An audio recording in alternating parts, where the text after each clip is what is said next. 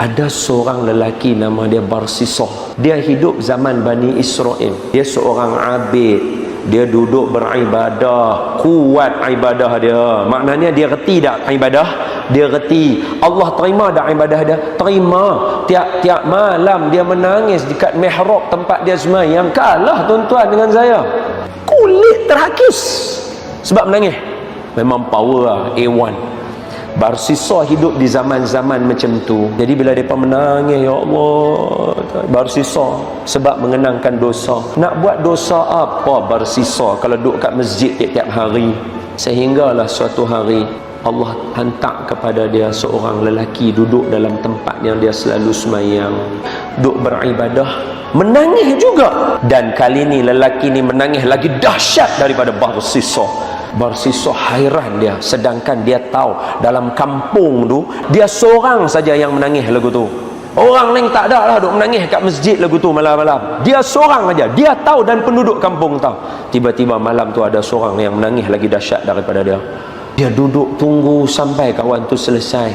Bila kawan tu selesai menangis, dia tanya, "Pasal apa hang menangis?" Laki ni tak boleh nak jawab. Dia sebab, dia teriak lagi.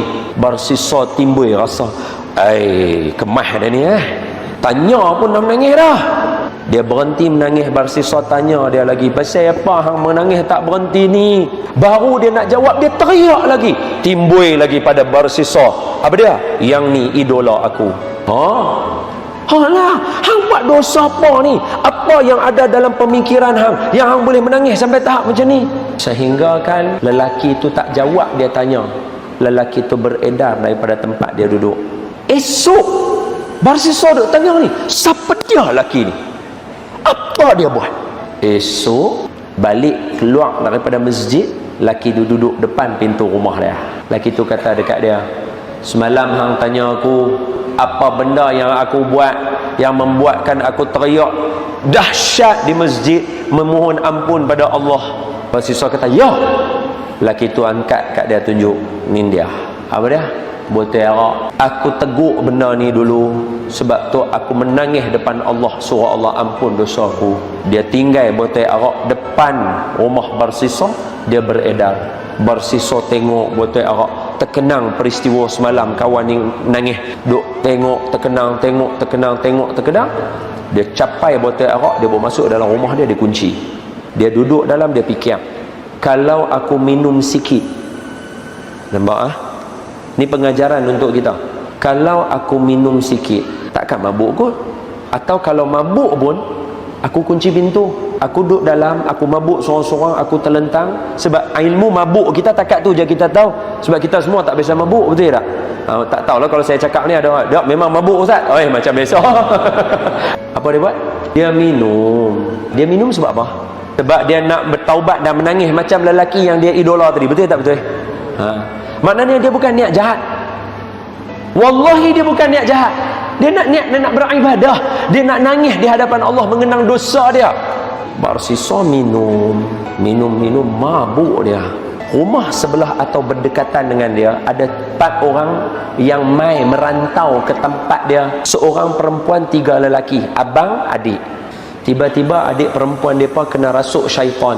Tahu-tahu mereka minta tolong ke orang kampung. Orang kampung kata, "Senerai dengan rumah hempah, rumah Barsisah, dia abid, suruh dia doa." Orang tak tahu dia tengah mabuk. Maka abang 3 orang ni pergi dekat rumah tu, minta tolong ubat adik mereka. Barsisah kata, "Tinggal, aku akan ubat dia." Bila dah tinggal, orang perempuan terlentang tidur dekat tak bermaya. Yang duduk dalam bilik itu lelaki pula seorang diri. Mesti ada yang ketiga, nama dia syaitan.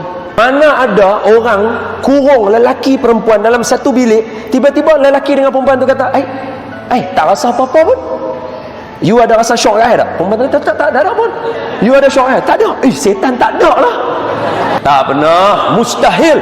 Barsisah dia tengok perempuan tu, setan ada. Dia memperkosa perempuan tu. Bila perempuan tu sedar, pakaian dia tak ada. Barsisah tak ada pakaian. Perempuan tu menjerit. Barsisah nak tutup mulut dia. Otak dia tak boleh berfikir. Nampak? Sebab tu kita kena mengaji. Dia tak boleh fikir. Dia ambil benda tajam, dia tikam perempuan tu. Mati perempuan tu. Bila perempuan tu menjerit sebelum dia kena tikam, abang-abang dia mai ke rumah Barsisa, pecahkan rumah Barsisa, tengok-tengok adik dia terbaring berlumuran darah, tak pakai baju. Barsisa tak pakai baju dan tengah pegang benda tajam. Lepas tangkap Barsisa, bawa ke muka pengadilan. Barsisa dihukum pancung, letak dia dekat batu, nak pancung kepala dia. Kemudian Barsisa dalam keadaan dia mengelontar-lontar, dia pandang, dia nampak lelaki yang menjadi idola dia tadi, yang tinggal botol arak depan rumah dia. Dia kata, hang habaq kat depa, aku tak berniat untuk jadi macam ni. Lepas tu lelaki tu kata, hang tu dia lah, hang tak kenal aku. Barsisa kata, hang siapa? Dia kata, akulah setan, aku diutus untuk uji hang. Baru tahu kata hak yang menipu dia tu iblis. Barsisa dengar lagu tu, dia nak marah. Dia kata, kerana hang aku jadi macam ni. Setan kata kat dia, kalau hang nak tahu perempuan yang duduk sebelah rumah hang, aku rasuk dia. Barsisa kata, aku kena bagi tahu dekat semua orang, hang yang buat aku jadi macam ni. Iblis kata, lah ni kalau hang cakap pun orang tak percaya cakap hang. Hang duk ada dekat tempat hukum pancung, siapa nak dengar cakap hang? Aku ada satu cara, hang kena ikut cakap aku. Hang ikut cakap aku akan bagi tahu kat semua orang, aku akan lepaskan hang. Barsisa kata, aku tak akan ikut hang sampai bila-bila. Iblis kata, okey, lah ni hang tak payah ikut aku, hang setuju ya? Barsisa kata, macam mana cara aku nak setuju? Hang kejip mata, sebab kepala aku ikat, macam mana aku nak setuju? Iblis kata, senang, hang kejip mata ya, tanda hang setuju. Pejam, buka. Barsisa ketika tu dia tak boleh nak fikir, maka dia pejam mata. Ketika dia pejam mata, sebelum dia buka, pisau jatuh.